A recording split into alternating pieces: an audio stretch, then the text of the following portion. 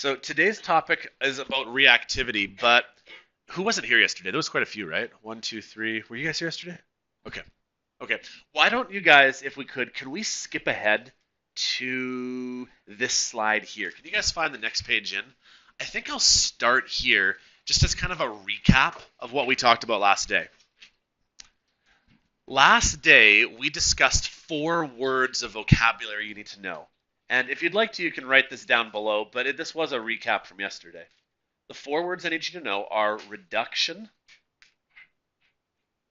oxidation, a reducing agent, and an oxidizing agent. Oxidizing, there we go, agent. Those are the 4 words of vocabulary you need to know. Okay. So I'll do a quick recap of all 4 of these ones. And for you guys that were here yesterday, hopefully you're like, oh yeah, we talked about this. No. So, think 3,000 years ago. Well before like gunpowder even, right? Like we're talking if you were a farmer, your shovel might have been like a rock tied to a stick maybe, right? Like I'm talking not very good technology, right? And all of a sudden someone discovers, hey, we can work with these rocks we found called ores because there's metal inside of them. But what we have to do is we have to refine the metal and make it pure. Those are some words I used. Refining metal, making it pure.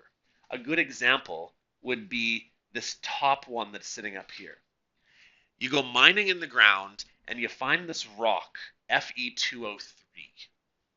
It's not pure iron because there's this like oxygen attached to it. And so what you want to do is you want to refine it and make it pure. And then if you make it pure and you melt it, now you can make yourself a shovel or a sword or whatever it is you want to make. So you'll get where I'm going here. Uh, Anybody ever heard of like fool's gold? Right? It's kind of a similar-ish concept in that it's not actually gold yet. Now, fool's gold doesn't actually get refined into it either, I believe, but like it comes as like an ore, like as a rock that's not pure. And what you want to do is you want to try to purify it. So that was known as reduction. And I think the word makes sense because you are reducing something. There used to be 2 things right here, and what you really want to do is get rid of the second half. Hence the name reduction. Like it makes sense why the vocabulary was the way it was. Now, if reduction means taking a metal and like refining it to something pure, there is an opposite of that. And the opposite of that is called oxidation. Oh, it's already labeled here. What am I doing? Anyways, whatever, you get the point. Oxidation is basically rusting, where you take what was once a nice pure by itself metal and you rust it to the point where it now has formed a compound. And typically this compound is not pure. It's not really strong and stable. And like if you guys know anything about rusting, I mean rusting is often very flaky, right? Like iron, when it rusts, you can literally like scrape the top off and then it forms a new layer of rust and you scrape that away and eventually it like weakens the integrity of the metal, right? And so here we're going from an ore to something pure. Here we're going from something pure to an ore. Okay? And so they're opposites of each other. That's what we talked about a lot yesterday. And so the vocabulary that we used, if you want to write this one down here, is reduction really involves either one of 2 things. You can either consider it to be going from an ore and purifying it into a metal, or we actually learned a silly little acronym to help us remember which one is which. Guys remember the acronym? Leo says GER. Yeah, it's completely ridiculous. And for you guys who weren't here yesterday, you have to give me a second to build up to this because like where did this come from? But if you were here yesterday, we learned that GER means that you need to gain electrons. I don't have enough room to write here. Electrons. And that makes it reduction. Okay, that's not the best way I could do it, but if you're here yesterday, hopefully this made sense. If something gains electrons, it was being reduced. And I can prove that to you in this example right here. Do you need my keys? Darian and Rebecca have them somewhere in the lab over there. So you might want labs if you don't want to walk all the way over there, because I think they're in the digital media room. Anyways. Okay, one of the things we learned yesterday then is the idea of being able to work with charges. Iron by itself as an atom, it would have a charge of 0. It has no charge, it's an atom. But this iron oxygen compound here, this ore that you would like mine out of the ground, it has charges. Look them up in your data booklet if you remember where to find them. What are the possible charges for iron? Because it has more than one. And what is the only charge for oxygen?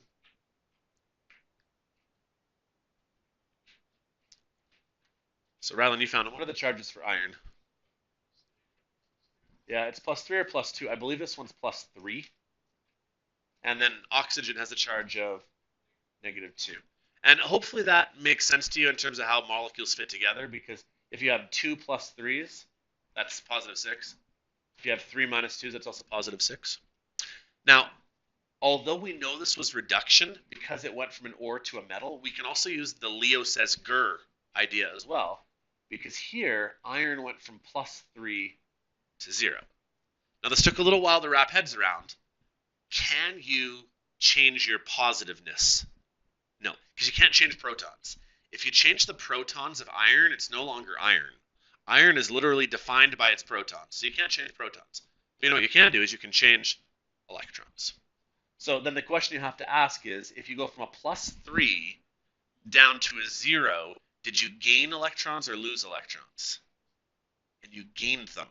Because if you were at +3 and you gain more negative, it's kind of like a double negative, right? If you're gaining more negative, you're really like decreasing. Thanks. Did he find you? Oh, keyboard. No, it looks like you got what he needed. We're good. Okay. If you're going from 3 down to 0, you're either losing positiveness or you're gaining negativeness. So you could say that this is gaining electrons. And according to that silly mnemonic, that's Gur. So that's one way of figuring that out. Flip side. What if you're rusting something? Like, because oxidation is really like a rusting process. Well, check out what happens to its numbers. Magnesium here is pure, so it's a 0, atom by itself. Now, we know the charge of oxygen was -2, right? What's the charge of magnesium? Let's go look it up real quick. Yeah, which doesn't that kind of make sense? It would be +2? Because if you're -2, you better be +2. Now let's talk about magnesium. It now went from 0 to +2. If you go from 0 to positive more, either you got more positive, but we just talked about how you can't gain more protons. So if you're going to get more positive, it's actually because you lost your negative electrons. So this would then be the loss of electrons. And that's where this whole Leo saying Gur thing comes in. It's silly, like it is. Don't get me wrong, it's silly. But it does help you kind of keep track of which one you're doing. So in terms of these definitions, reduction is either an ore to a metal or the gain of electrons. I really shouldn't have wrote it that way. That's taking up too much room. Whereas oxidation is the opposite. It's the complete backwards of that. It's where you take a metal and turn it into an ore, like a rust, for example, and it involves the loss of electrons.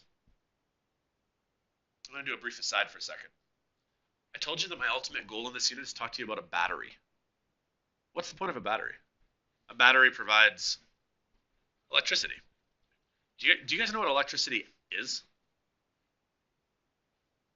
Electricity is electrons flowing. If you haven't heard that before, like when electricity is running through a device, all of those wires that you would see, electrons are basically like running through those wires in like a circuit. You guys heard that word, a circuit, right? So the flow of electrons is electricity. Well, we're eventually going to get to this. We're building our way there. But ultimately, if something is going to lose electrons and something is going to gain electrons, like the Leo saying Gur, if we can find a way to make those electrons run through our devices, we've now made ourselves electricity. Can I say that one more time? If someone is going to lose electrons and someone is going to gain electrons, if there's like electrons moving here, literally moving electrons is electricity. So if I can find a way to have, I did this with my other class before. I'll do a little demonstration here. Pretend this is electrons here. Okay. This right here needs to lose electrons. This will be one hand. And this hand right here needs to gain electrons. There. Electrons got moved from here. This guy lost electrons. If this guy lost electrons, he was oxidized. And if this guy gained electrons, he was reduced. Right? But here's what's really brilliant about it. What if rather than it going directly from here to here, if I passed it to you and you passed it all the way around the room and then it got to my left hand? That's how a battery works. You know how you have two poles on a battery? The electrons go out of one of the poles on the battery, they go through the whole wire, and then they come back in on the other side. They actually go out of the negative and back in through the positive. And if you can set up a wire like that, you can make a battery, and now you can run electricity on things. So that's where we're going. But before I get there, I got to make sure you know all the terminology. So how am I doing so far? Is this, for you guys that were here yesterday, this is a recap. For you guys that weren't here, does this make a little bit of sense? Because I'm giving you the short version. Okay, you're nodding. Okay. The other words we had to learn then were reducing agent and oxidizing agent. And I gave a really dumb example yesterday about how, what was it? It was Caleb needed a job, and Zach was going to be his agent and go out and get him a job. Just like in sports, if you have an agent, I'm the athlete, but my agent goes and finds me work, right?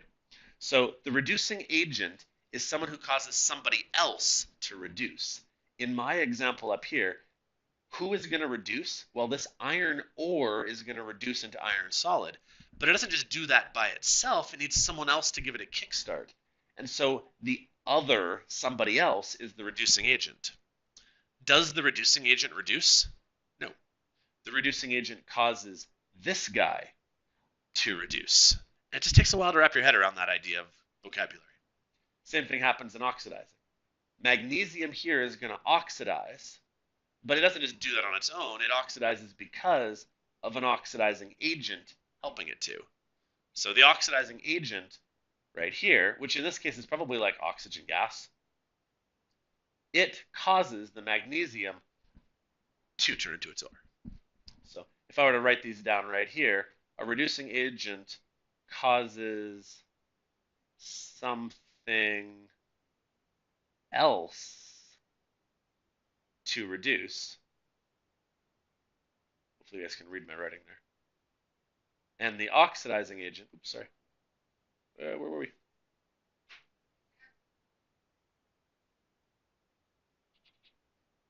Causes something else to oxidize. And that's more or less where we left class yesterday. And I gave some examples, and I was even doing this with Caleb.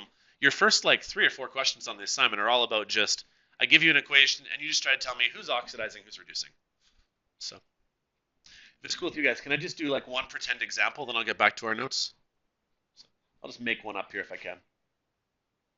Let's do MgOH2 plus Cu goes to CuOH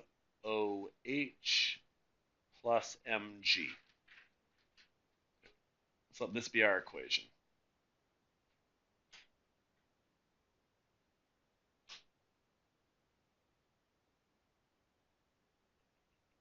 There you go. So here's an equation I've got. Our goal is to try to identify the 4 things I just meant above. Who is reducing, who is oxidizing, and then who's the oxidizing agent, who's the reducing agent. I also have really good news for you. There's like a 1 in 2 chance of getting this right. Because it's not like there's a lot of options here. So one of the ways you could do this is by trying to figure out who turns into a metal and who turns out of a metal. Or the other way of doing it is you look at like their charge numbers. So I'm going to start with that. I'm going to find their charge numbers. So I think we already did this one earlier today. Wasn't magnesium plus 2? Okay. And then I believe that oxygen was minus 2. And I'm pretty sure hydrogen's plus 1, if I look up their charges. And this actually makes everything balanced, because I think the way this works is that you'd have 2 negative 2s, which would be minus 4. And then you'd have 2 plus 1s, which would be plus 2, but then there's 2 more right here, so this does balance. Copper's by itself, it's a 0. And magnesium's by itself, it's a 0. And then here, copper has more than 1 charge available, hey? What are the charges available for copper? You have your table out. Plus 2 or plus 1, right? Okay. So to figure out what charge it would need to be, I believe hydrogen was plus 1 and oxygen's minus 2. Yeah, it's going to be plus 1. Because if you have a plus 1 and a plus 1, that would negate the minus 2. So I'm just going to half close the door. Kids go out and hustle. Just do that. Okay, so the next thing you would want to do then is try to figure out which numbers changed. And it looks to me like magnesium changed from a +2 to a 0. So I'll use my hands kind of. From +2 to 0. Did you gain or lose electrons to go from a +2 to a 0? It's tough, eh? If you went from positive to 0, you either lost your positiveness, you can't do that, so you must have gained more negative. To go from positive to 0, you must have gained more negatives. So this is then gaining electrons, and according to our silly little mnemonic, this is reduction. So if I were to ask you who is being reduced, you would say magnesium is being reduced. There's another way I know this, by the way. See how this was magnesium along with an OH? We have literally gotten rid of the OH part and turned it into a pure metal over here, and that was the definition of reduction, right? Reduction was purifying something, so that kind of fits. Right, the other number that changed was copper, because copper went from 0 to a 1. And so if you go from 0 up to 1, you either gained more positiveness, but we can't do that. So then you must have lost negativeness, right? Like double negatives kind of come in, right? So that means you lost electrons. Then according to that silly acronym, Leo saying it was oxidized. So then if I asked you who was oxidized, you'd say it was copper. So magnesium was reduced, copper was oxidized. I didn't realize I put this on your assignment until I looked at Caleb, so I better talk about this vocabulary. The other word we use is called a spectator. Spectators are the things in the equation that don't do anything. Yeah, so like in terms of the numbers on here, which things here didn't change numbers ever? No, because copper went from 0 to 1. Hydrogen didn't. Yeah, hydrogen didn't change. And I think oxygen also didn't change, right? See how it went from -2 to -2? So if I ever ask you about spectators, I mean, just like in sports, right? If you're a spectator, do you actually play in the game? Right. So in the same way here, did the hydrogen or oxygen actually do anything useful for us? No. Okay, then the other things we would talk about then are who are the reducing agents and who are the oxidizing agents. So if magnesium here got reduced, it doesn't just happen on its own. It only happens because somebody else helps it. Who helped this magnesium? Copper did. And then if copper was oxidized, it wouldn't have happened unless somebody else helped it. Well, no, the entire thing actually. So whenever you write a reducing or oxidizing agent, you write the entire thing. So it was because of the MgOH2. This entire thing caused that guy to change. So this is basically yesterday in, I don't know, what did that take me, 20 minutes? So I hope it was worthwhile for the review, because I think I had time today. How do you guys feel? Is that familiar? Okay. So let me go back to the start of my notes then, because this is where I really wanted to begin class. I want to talk about something called reactivity. Okay. We just did an example on this, but oxidizing agents cause somebody else to get oxidized. You got to really think on this one here, okay? So clear your minds. Oxidizing agents cause somebody else to get oxidized. What does oxidize mean? Lose electrons. So here's an oxidizing agent. It's going to cause somebody else to get oxidized. And if oxidize means lose electrons, this guy right here is going to lose electrons. So if this hand's going to lose electrons, who's going to take them? Which means that oxidizing agents are like thieves. Because what they do is they promote oxidization. This would be like when your agent is kind of not looking out for you and your best interest, and they're going to like skim some money off the bottom line. Okay, let's talk one more time through here. Here's an oxidizing agent. Oxidizing agents cause somebody else to get oxidized. But we just learned that oxidizing means you lose electrons. And if this guy's going to lose electrons, who's going to take them? This guy. So really, this guy is going to steal this guy's electrons. And I think I have that written here. Is that oxidizing agents gain electrons. Why does it gain electrons? Because it steals them. It takes them away. that same logic kind of applies the other way. So I'll use my hands again. A reducing agent causes somebody else to get reduced. What does reduction mean? Well, it means gaining electrons. So this guy over here is going to cause this guy to gain electrons. How is this guy going to get electrons? Because this guy over here is going to give them to them. So we can almost like write this down as well. Oxidizing agents like to take electrons, and reducing agents like to give electrons. So in a way, what we've got is like a give and take scenario, but we've already talked about that in this course before. I gave the analogy before of going to Blair for wanting to get a special, and the special costs $8. And I have $1, and somebody else has $7. I don't have enough to buy a special, right? But if one person gives their money to the other person, and the other person takes it, doesn't it kind of work out nicely? That same logic kind of applies here. Someone's going to take electrons, but they can only take them because somebody else gives them. What we really have then is kind of like a tug of war, where sometimes this guy, sure, you can have my electrons, go ahead. But sometimes there are certain metals or certain compounds where they really don't want to give away their electrons. And that's where the word reactivity comes in, is that there are certain elements that are very reactive. And the reason why they're reactive is because they either always like to take electrons or they always like to give electrons. And so therefore they're very generous. And in this analogy, generous means reactive. They actually, stuff happens. But there are other species where they're non-reactive. You guys might have heard the word before, inert. You guys remember talking about the noble gases or inert gases? Ever heard of them before? The reason why we call them that is that they don't react at all. They don't like to play with others because they actually have the right number of electrons. They don't really want to give electrons. They don't want to take electrons. So there are certain species that they are non-reactive. Have you ever heard that phrase before? And we have reactive things. We have non-reactive things. And so there are certain things that don't like to give electrons or take electrons. And that's what I want to show you guys about today, is that if someone is able to basically pull electrons away from somebody else, then a reaction happens. I want to use just the demo of my little stamp again here. I'm going to make the stamp go from this hand to this hand. And the stamp in this analogy represents electrons. If this guy is going to go from here to here, let's talk it through. Is this losing electrons or gaining electrons? It's going from here to here. Is this hand losing or gaining? Losing electrons. Because this hand over here is going to be gaining them. Okay. So if this guy's losing electrons, he is oxidizing. And if this hand is gaining them, he is reducing. But what do we call them?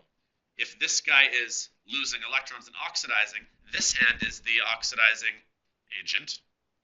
And if this hand is gaining the electrons and reducing, then this hand is the reducing agent.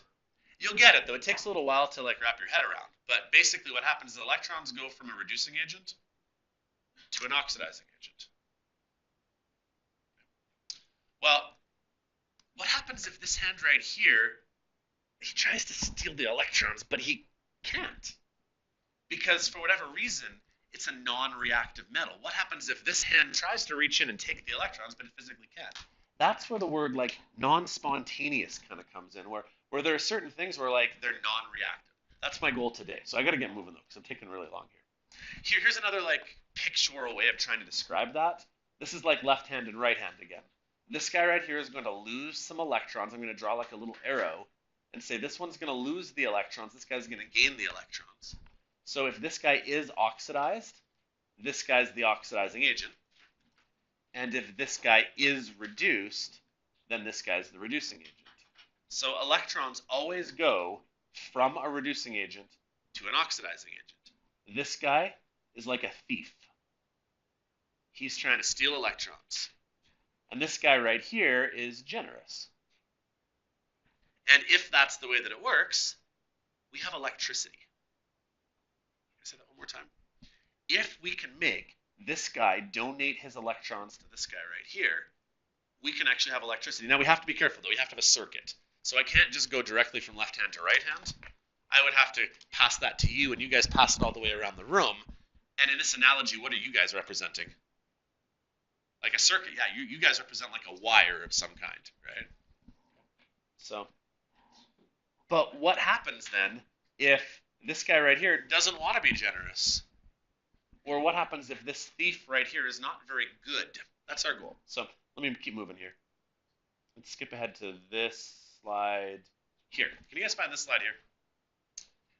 This is like the ranking system. And this is found, by the way, in your data books. I don't know where. Can I steal yours, Rylan? This table is somewhere in your book. It's on...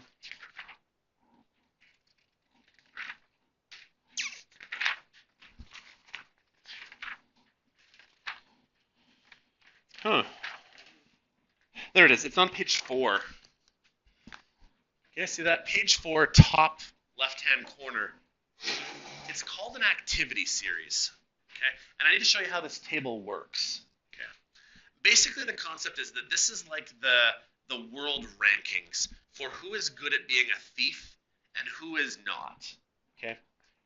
Can you guys see how this gold 3 plus right here is trying to add some electrons? If you're trying to add electrons, you are stealing. Does that make sense? So these guys right here, these are the thieves. Only that's not the vocabulary we actually use. In chemistry, if I go back a couple of slides, what did we actually call the thieves? Thieves were called the oxidizing agents. So if you guys would like to, you should actually label this directly on your table because I think it'll help. Everything in this column right here is an oxidizing agent because they like to steal electrons. And we can actually see that in the equation. This gold 3 plus is going to try to take some electrons. And this tin 2 plus is going to try to take some electrons. Does that make sense?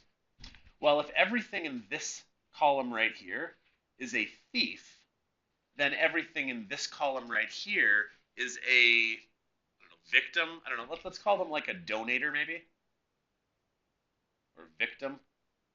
And what's the actual word we use in chemistry for them? Yeah, reducing agents.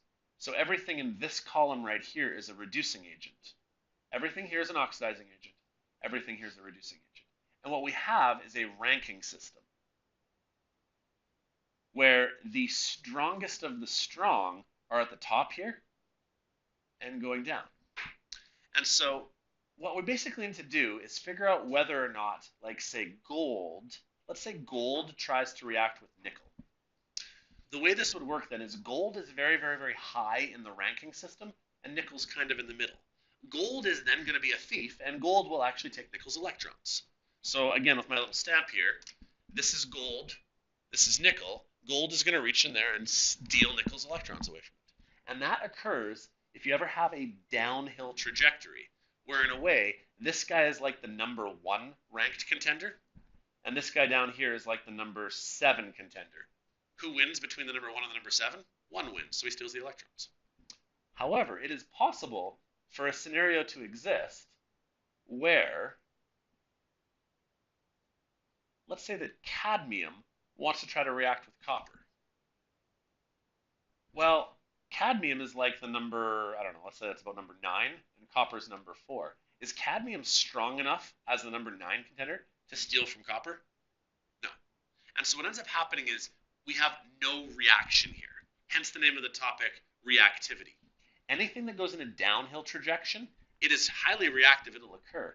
But anything that goes in an uphill trajectory like this is non-reactive. And basically no reaction can take place. And that's my goal for the day is now that we've learned how to terminology and label all these things, I need you to add one more thing to it. I need you to tell me whether the reaction is actually going to take place. And the word we use for that is called spontaneous. So I want to go back and just do a previous example here. Where's that one we did down here? Here it was. You guys see this example we had right here? I need us to flip back and forth between the table. So like go to this example we wrote down, but keep that table nearby. What we need to do is we need to compare Mg in its 2 plus form and copper in its solid form to figure out whether or not a reaction will actually occur. So we need Mg in its 2 plus form and copper in its solid form. So I'm going to go flip to that slide now. Look something like this. Find Mg in its 2 plus form, which is right here, and find copper in its solid form. Will a reaction take place? The answer is no, it can't. Copper is pretty high. Copper is like, if I sometimes use this analogy with my grade 12s, it's almost like these are the grade 12s, these are the grade 11s, the grade 10s, the 9s, 8s, 7s. These are like grade 2s. Can a grade 2 kid, as a thief, steal something from a grade 10 kid? No, right? And so what I need you guys to know then is that when we write this reaction out, we can add one more thing to it. We can actually say that even though we wrote an equation, we would say that this is non-reactive. And so it actually doesn't happen. Even though I can write it down on paper, this and this, when you combine them, nothing would happen. And that's kind of a weird anomaly in chemistry because most of the time when we do equations, we kind of assume if I can write it down on paper, it must actually occur. But sometimes it's not spontaneous or it's not reactive is the word we use. And so literally like this and this will just stay that way. And there's so many examples of this. For example, let's say I tried to, oh gross, I lost my stamp in the garbage. Okay, I'll get back to it. Let's say I try to react my keys with this pen. You get what I'm saying here? There are many, many things that are non-reactive because when you combine them together, literally nothing occurs, right? But I mean, anybody ever seen like the Mentos and Coke one, right? When you put Mentos and Coke together, does it react? Sure. But what happens if you put Mentos in a water bottle? Well, nothing occurs, right? And so that's kind of a new concept for a lot of kids is the idea that some things do react with each other and some don't. The way we can tell this, at least in our class here, is that all you have to do is identify whether or not your thief is higher up on the list than your donator or victim. Only please don't call them that anymore, okay? Call them oxidizing agents and reducing agents. Okay, and that'll tell you whether a reaction happens. So why don't I move on here? Let's do some examples here. Find the slide here while I find my stamp in the garbage can, because that's gross. Yeah, there's a reaction going on in here. Gross. Okay.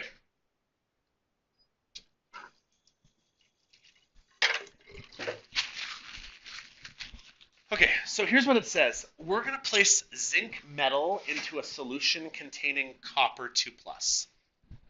First thing we want to do is we want to write the oxidation and reduction reactions that describe the situation.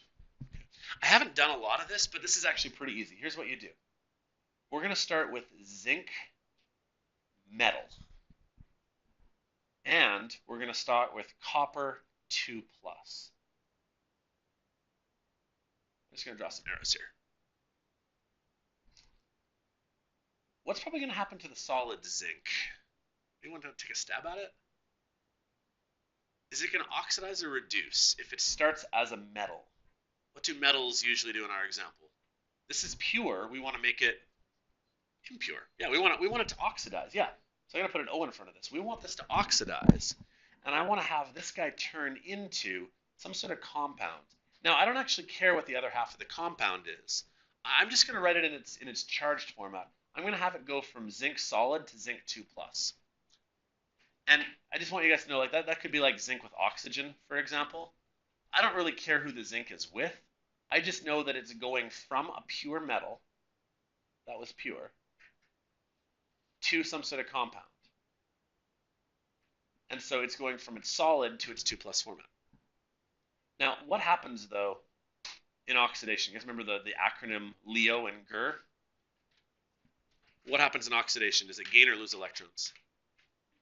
It loses electrons. So here's what we're going to do. I'm also going to have it spit out 2 electrons.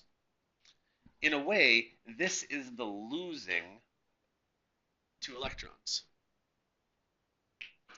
Anyone know how I figured out there were going to be 2 electrons missing? What's the charge on zinc right here? Yeah. And so if it's going to all of a sudden become a +2, how can it be a +2 unless it somehow lost 2 electrons? Now I'm going to go to the other reaction. This copper 2+. Well, if this guy is being oxidized, this one is probably being reduced. And what does reduction usually mean? Reduction means turning something into a pure metal. So why don't I turn this guy into just good old pure copper? Now, hang on. How's this going to occur? How's it going to go from being a positive to being like neutral here where there's like no charge? Well, if this guy right here had to lose electrons, this one right here better gain electrons. And so you know where I'm going to write the electrons is like right here. And you know why I chose 2 electrons? Because the charge of copper is 2, right? I want to go back to the table. Don't change your slide, but just look at my slide right here. See that table right here? See how this had 3 plus right here? See how there's 3 electrons? See how there's 2 plus right here? 2 electrons? 1 plus right here? 1 electron? The number of electrons depends on how charged you are. So that explains that little bit right here. And doesn't this make sense, though? This guy had to lose 2 electrons, which means that this guy had to gain them. If we can set it up in such a way that the zinc loses the electrons to the copper, but it runs through a circuit, we made a battery. Again, this is what I'm building to. I have to just do it little by little. So we've actually done A, by the way. If I ever ask you to do this on an assignment or a test or something, we just did that. The reduction equation was this one right here, where a gain of electrons made something purify into a pure metal, and the oxidation is the loss of electrons. This guy lost the electrons, and the only reason it lost the electrons is it went from a pure metal to something impure over here. So that's the 2 equations here. The last thing we need to do now is locate these half reactions on the activity series and figure out whether or not this reaction will actually occur. Because remember how we talked about bullies and thieves? If this guy right here is being reduced, then this guy's the reducing agent. And if this guy right here is being oxidized, this one's the oxidizing agent. You guys follow that? If this guy is being oxidized, it's because you're the oxidizing agent. And if this guy's being reduced, because this guy's the reducing agent. Who is the bully? Who's the thief in the scenario again? Which one was which? Yeah, oxidizing agent is a thief. This guy's a thief. This guy's going to try to steal that guy's electrons. So here's the question. Is copper capable of beating up on zinc? Well, we got to go to the table. You got to make sure you do the right ones. We need copper 2 plus and zinc solid. So as I go back here, I need copper 2 plus and zinc solid. Is copper 2 plus a big enough bully that it can steal zinc's electrons? So this would be a very effective battery, actually. You follow that logic? It's a hard section, by the way, in that like there's a lot of like reasoning skills to it. Like you really have to like follow my train of thought. But the good part is there's no math to this, right? So at least that's a good side. So there, we've actually finished answering the question then. The first one was to write the oxidation reduction half equations. We did that. And the second one was to locate them and observe whether the run will be spontaneous. And I would then say yes. Yes. Copper 2 plus can, that's can, steal zinc solids electrons. So yeah. I gotta be honest, I actually didn't do a whole lot more than yesterday, because really the only thing that's new today is find that table and figure out whether A is above B or not. That's like the only thing that's new. But like I'm really hitting hard the vocabulary, because we can't call them thieves and victims. We got to call them oxidizing agents and reducing agents. We try another example. Here's one. We're going to take a piece of gold jewelry and we're going to dip it in some acid containing H+. We're going to do the exact same thing. Let's write the oxidizing and reducing equations. And again, this takes some practice, but like you've got a 50-50 shot at getting it right. Because either gold is going to oxidize and hydrogen is going to reduce, or the flip, right? Like it's one or the other. So why don't I start by having gold solid and H plus aqueous as the things I'm going to start with here. And we'll do our best to try to figure out what it's going to turn into. Does that make sense how I got going, by the way? Is it said I had gold jewelry, so that implied gold solid. And it said H plus aqueous, so that got me going here. So, okay, if you have a piece of solid gold, this is already pure, right? So things that go from pure to impure oxidize, and then we just need to know what the charge of gold would be. What's gold's common charge?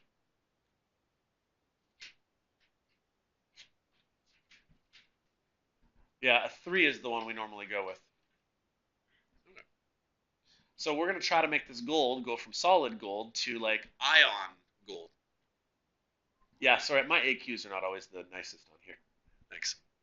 Okay, now here's the last thing we need to figure out. We need 3 electrons, because clearly this is the 3 plus charge. Which side do the electrons need to be on? This side, this side, that side. Here's why. According to our little acronym, LEO, we need someone to lose electrons. Which side would be losing electrons? This side over here would be losing electrons, because this guy right here has lost electrons. Okay, so if this guy over here is losing electrons, I think by default then the hydrogen better being reduced and gaining the electrons. Anybody know what happens when you take hydrogen and put it into an atomic form? Do you guys know what like the atomic form of hydrogen is? Tough question. Do you know what like H comes in groups of? It comes in twos. Has ever seen that before? Okay. If you ever get H in like its atomic form, it's H2 gas. That's hydrogen gas. I guess the only way you guys would know this, if you haven't heard it before, would be to go to your table. Can you guys see how hydrogen was right here? See how hydrogen turned into H2 gas? That's probably the giveaway then. Like you'd look at the table and say, oh look, H plus goes to H2 gas. So assuming you can kind of figure that bit out, you need 2 H pluses going to H2 gas. Which side should the electrons be on in this side though, in this example? If this top one lost electrons over here, if this one's going to gain the electrons, it better gain them on the left side over here. This is kind of a little trick here though. See how there was a 2 right here? Which meant I had to have a 2 right here? It means you actually need 2 electrons. But honestly, if you ever forget this and you're like, oh, I don't even know where to find this, don't forget to look at your table.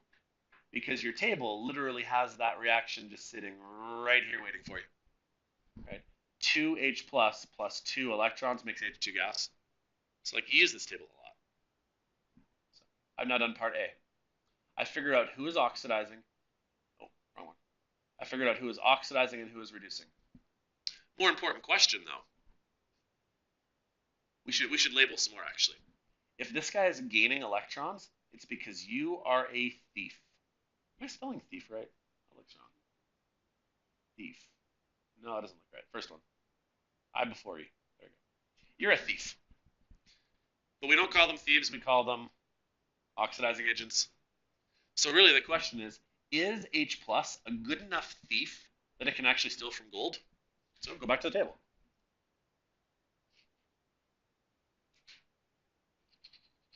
We gotta find H plus, and we gotta find gold solid. Can H plus steal from gold? No.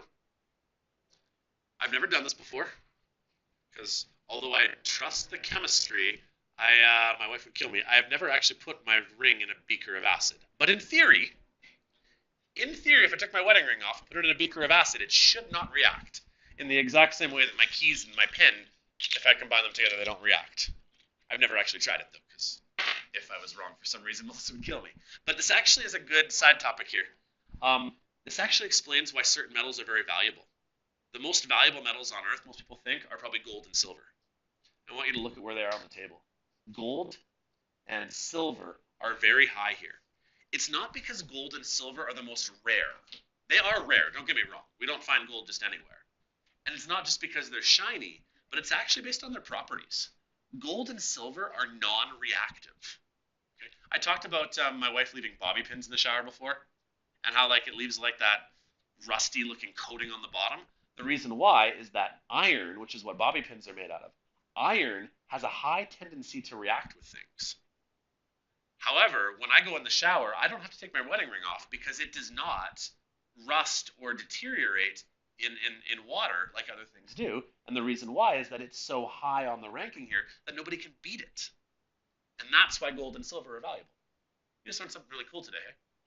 Gold and silver, yes, they are rare. And yes, it's shiny and it looks really pretty. But that's not why it's the most valuable. It's valuable due to its properties. Gold and silver are almost impossible to like beat in an electron war fight. Iron, anyone beats iron. Zinc, we actually use zinc on purpose to deteriorate and rust. If anyone ever goes boating, there's things called sacrificial zincs that you attach to like your boat engine and underside of your boat to try to prevent rusting from occurring. You've heard of these, okay? Yeah, because of the fact that zinc actually sucks at being protected. But yeah, these guys up here, no one ever beats them. So anyways, to answer the question we had here, does this reaction occur? I would say this is non-spontaneous. That's the word we'd use. Basic spontaneous. I think I spelled it right. Basically meaning that will gold and acid react with each other? They will not. At least they should not. I've never been brave enough to try it. Okay, did that make sense? I'm pretty sure I got to be close to the end, right? Was that the last one? Perfect. Okay, so let me do a quick recap here, and then I'll be quiet for the day, because that was a lot of talk. New information.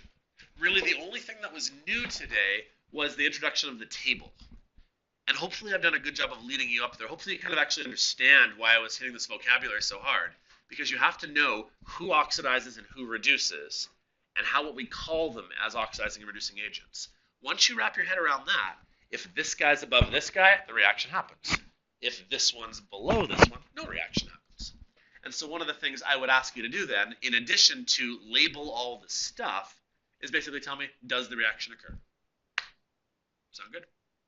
Like, cool. That's all I got. I would suggest, though, you guys should probably get started on the assignment. You can probably do, Caleb, you did at least, 1 to 5 or so is what we've talked about. So I would suggest, even though you got about 20 minutes left today, don't waste it. Like, start working on this now so that, like, in the future you doesn't have to stress. Okay, cool. I'm done.